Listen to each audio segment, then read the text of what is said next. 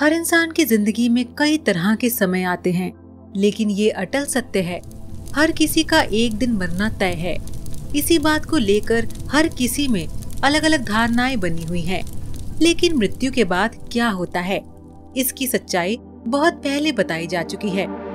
गरुड़ पुराण में मृत्यु के बाद क्या होता है, वो सारी बातें विस्तार रूप से बताई गई हैं, जो एक इंसान को जानना जरूरी है। गरुड़ पुराण के अनुसार भगवान विष्णु ने अपने वाहन गरुड़ को मृत्यु से संबंधित अनेक गुप्त बातें बताई हैं। मृत्यु के बाद आत्मा यमलोक तक किस प्रकार जाती है, इसका विस्तृत वर्णन भी गरुड़ पुराण में किया गया है। आज हम आपको गरुड़ पुराण में लिखी कुछ ऐसी ही खास व रोचक बातें बता रहे हैं। गरुड़ पुराण के अनुसार जिस मनुष्य की मृत्यु होने वाली होती है, वह बोलना चाहता है लेकिन बोल नहीं पाता। अंत समय में उसकी सभी इंद्रियां, बोलने सुनने आदि की शक्ति नष्ट हो जाती है और वह हिलडुल भी नहीं पाता। उस समय 2 यमदूत आते हैं। उस समय शरीर से अंगुष्ठ मात्र यानी अंगूठे के बराबर आत्मा निकलती है, जिसे यमदूत पकड़ लेते हैं। यमराज के दूत उस आत्मा को पकड़कर यमलोक ले जाते हैं, जैसे राजा के सैनिक अपराध करने वाले को पकड़ ले जाते हैं। उस जीवात्मा को रास्ते में थकने पर भी यमराज के दूत डराते हैं और उसे नरक में मिलने वाली दुखों के बारे में बार बार बताते हैं। यमदूतों की ऐसी भयानक बातें सुनकर आत्मा जोर जोर से रोने लगती है, किंतु यमदूत उस पर बिल्कुल भी दया नहीं करते। इसके बाद वह जीवात्मा आग की तरह गर्म हवा तथा गर्म बालू पर चल नहीं पाती और भूख प्यास से तड़पती है। तब यमदूत उसकी पीठ पर चाबुक मारते हुए उसे आगे ले जाते हैं। वह जीव जगह जगह गिरती है और बेहोश हो जाती है, फिर उठकर चलने लगती है। इस प्रकार यमदूत जीवात्मा को अंधकार वाले रास्ते से यमलोक ले जाते हैं। गरुड़ पुराण के अनुसार यमलोक 99,000 योजन यानी 1 योजन बराबर होता है 4 कोस यानी 3 से 16 किलोमीटर। वहाँ यमदूत पापी जीव को थोड़ी ही देर में ले जाते हैं।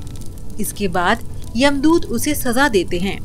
इसके बाद वह जीवात्मा यमराज की आज्ञा से यमदूतों के साथ फिर से अपने घर आती है। घर आकर वह जीवात्मा अपने शरीर में पुनः प्रवेश करने की इच्छा करती है, लेकिन यमदूत के बंधन से वह मुक्त नहीं हो पाती और भूख प्यास के कारण रोती है। पुत्र आदि जो पिंड और अंत समय में दान करते हैं, उससे भी उसकी तृप्ति नहीं होती।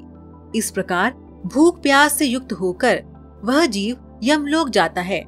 इसके बाद उस आत्मा के पुत्र आदि परिजन यदि पिंडदान नहीं देते हैं, तो वह प्रेत बन जाती है और लंबे समय तक सुनसान जंगल में रहती है। गरुड़ पुराण के अनुसार मनुष्य की मृत्यु के बाद 10 दिन तक पिंडदान अवश्य करना चाहिए। पिंडदान से ही आत्मा को चलने की शक्ति प्राप्त होती है। शव को जलाने के बाद मृत देह से अंगूठे के बराबर का शरीर उत्पन्न होता है। वहीं यमलोक के मार्ग में शुभ अशुभ फल को भोगता है।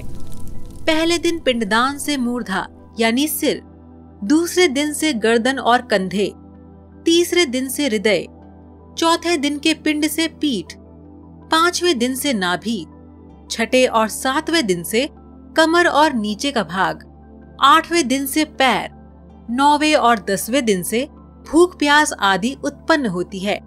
यमदूतों द्वारा 13वें दिन आत्मा को पकड़ लिया जाता है।